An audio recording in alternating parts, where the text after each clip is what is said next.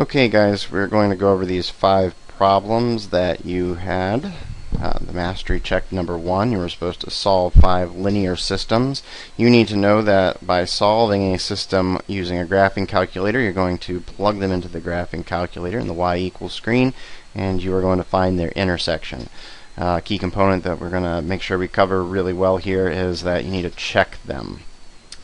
Now, I glance at these and I see that neither one of them need to be manipulated because they're already solved in terms of y, which means they can go directly into the calculator. Go zoom 6 and you will see the standard window, which goes from 10 to negative 10 in both directions. Now, one of the things you're looking for is, can you see the intersection on the screen? Yes, we can. One of the other things you're looking for is, can I get a good estimate? Can I count out these tick marks? You want to go to Window and check the scale in each direction. The X scale is 1 and the Y scale is 1. What that means is that every tick mark is worth 1. So I would guess that this is 1, 2, 3 over, 1 up. So my guess is the point 3, 1. Now, you should not be satisfied. So what we're going to do is we're going to plug this point in. The x value is 3, the y value is 1. Plug into both equations and make sure you get a true statement. So we are going to plug a 1 in there, a 3 in here, and check, is it true? Is 3 minus 2 equal to 1? And obviously yes. Works for the first one, but it does have to work for both. Plug it into the other equation. 1, is that equal to negative 2 times 3 plus 7? And the answer will again be yes, because this is negative 6 plus 7, and negative 6 plus 7 is the same as 7 minus 6, and that does equal 1. It worked for both, therefore it is our answer. Number 2. Once again, we have neither equation needs to be manipulated. They're both solved for y equals. There's nothing on the other side with it, nothing being added, nothing being multiplied. So we'll bring the calculator back up. We'll go to y equals. Quick glance at the other problems will show that I don't need these exact same functions again, so it's fine to clear them from the calculator. No big deal if you did and needed them anyway, because they're quick to put back in.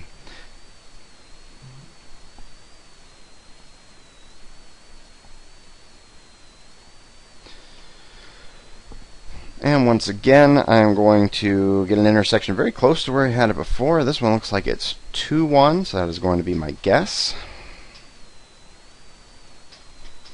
Then we plug in and check to see if it's true. Again, the x value is first, so that's here.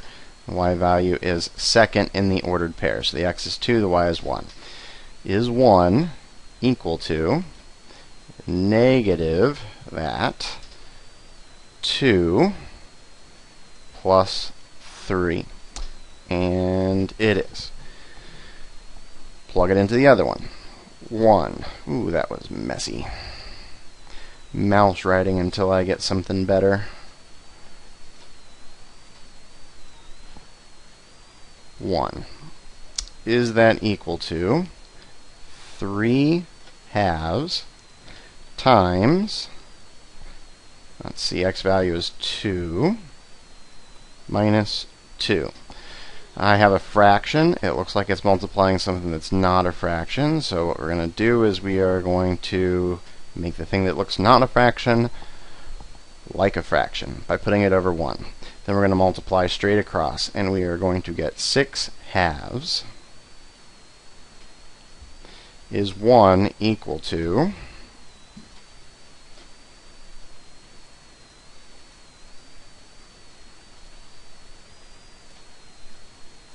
6 halves minus 2. And that is yes, because this is 3 minus 2. So it worked for both. So this one, as easy as the first one, our guess was right on. So on to number 3. Now in this one I have 2 equations that both need to be manipulated. So it's a little bit more difficult. So I'm going to separate them. We need to isolate the y, so we're going to subtract 2x from both sides. Now Now these two terms over here are not like terms. They're unlike terms, so they cannot be added. They cannot be simplified any further. So I'm going to write them in this order because that's what you are used to. Y equals mx plus b.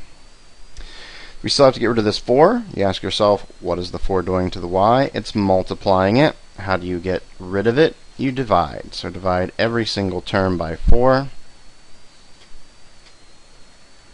And we get y equals negative 1/2 x plus 3. And we're done manipulating that one. On to the purple one. This will be much easier. One step. Subtract x from both sides. So we get y equals negative x plus 2.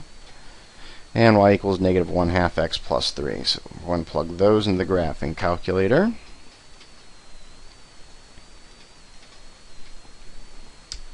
Negative 1/2 x plus 3, negative x plus 2, graph.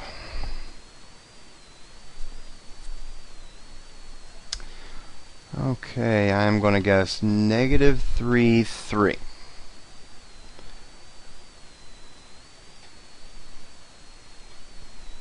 And I need a little bit more room.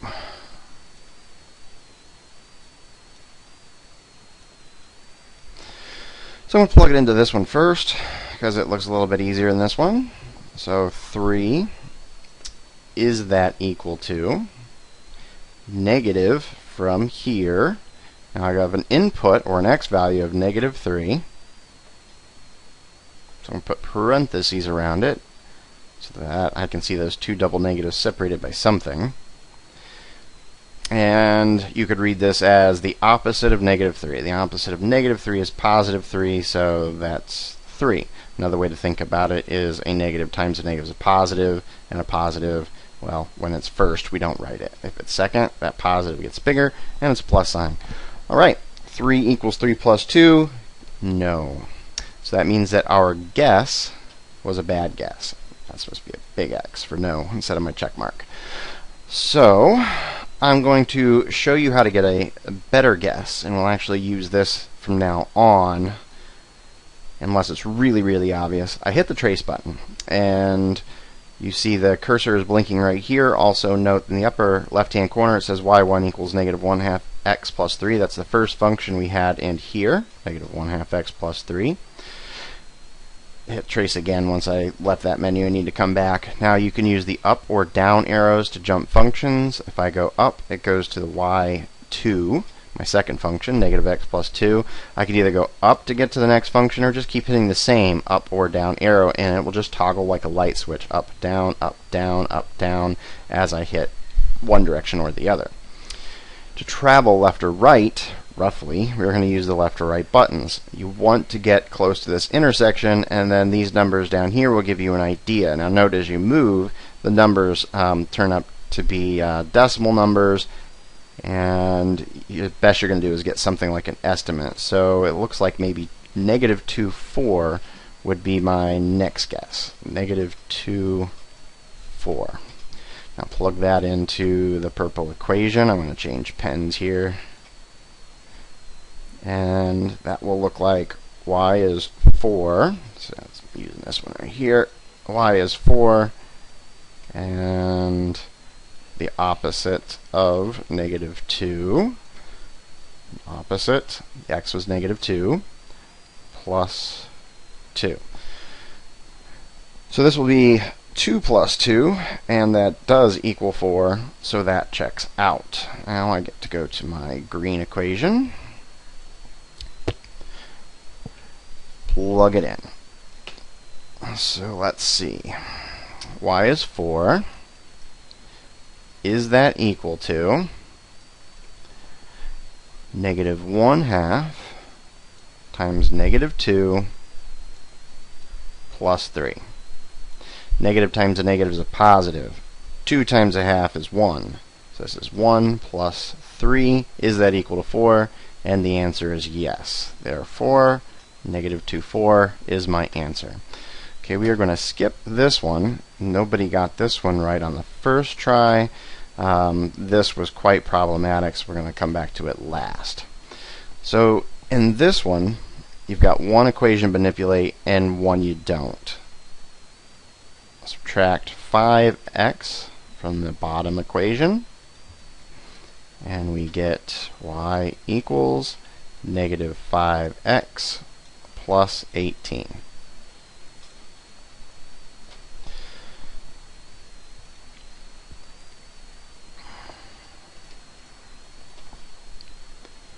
So the top equation is just going to be x.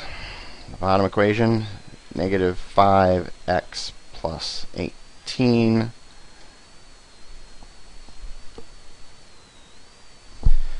And like last time, before I even guess, I'm going to hit trace, get close to that intersection, and use the numbers on the bottom to give me a good idea. That looks close to 3, that looks close to 3. So my guess is the point 3, 3.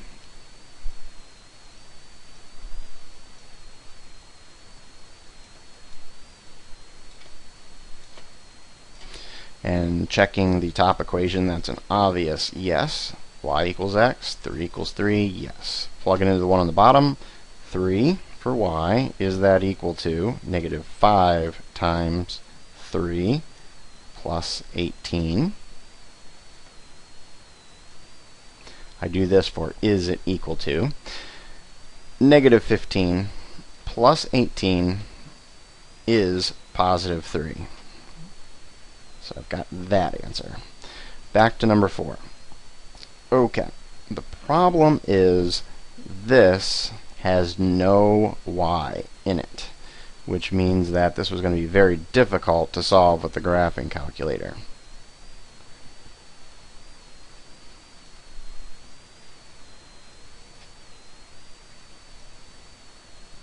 I'm going to put y. Oh, I have to manipulate this one. It's not solved for y, it's solved for x. So I will add 10 to both sides. And it becomes x plus 10 is equal to y.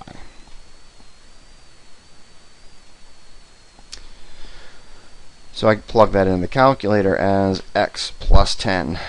On paper it doesn't matter whether this is left to right or right to left, but in the calculator it does. The y has to be on the left.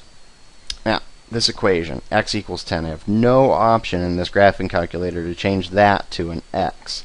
So I'm going to make it y equals 10, which is not valid. It changes the problem entirely, but it's going to show you something in the graphing calculator.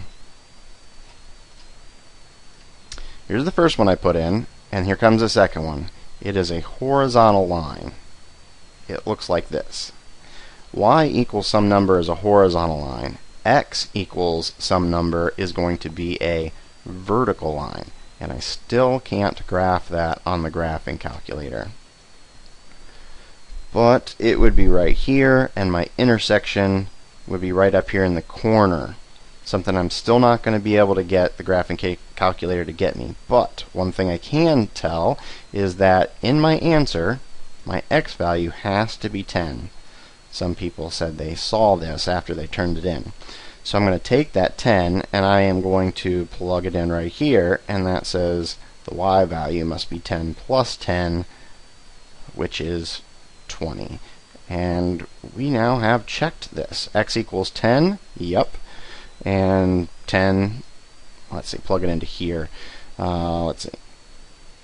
10, is that equal to 20 minus 10? 10, is that equal to 20 minus 10? And the answer is yes. It checks out for both, so we have our final answer. Now on this one, folks, I didn't think about the difficulties you were going to have here, but I did think, maybe you would find a different way to do it by plugging that one in here. So, maybe I set you up a little bit. If in order to get 4 right on this one, you probably had to get 1, 2, 3, and 5 completely right. Problems like this will come up in the future, but I probably should take that out of this particular lesson. Okay, that's it.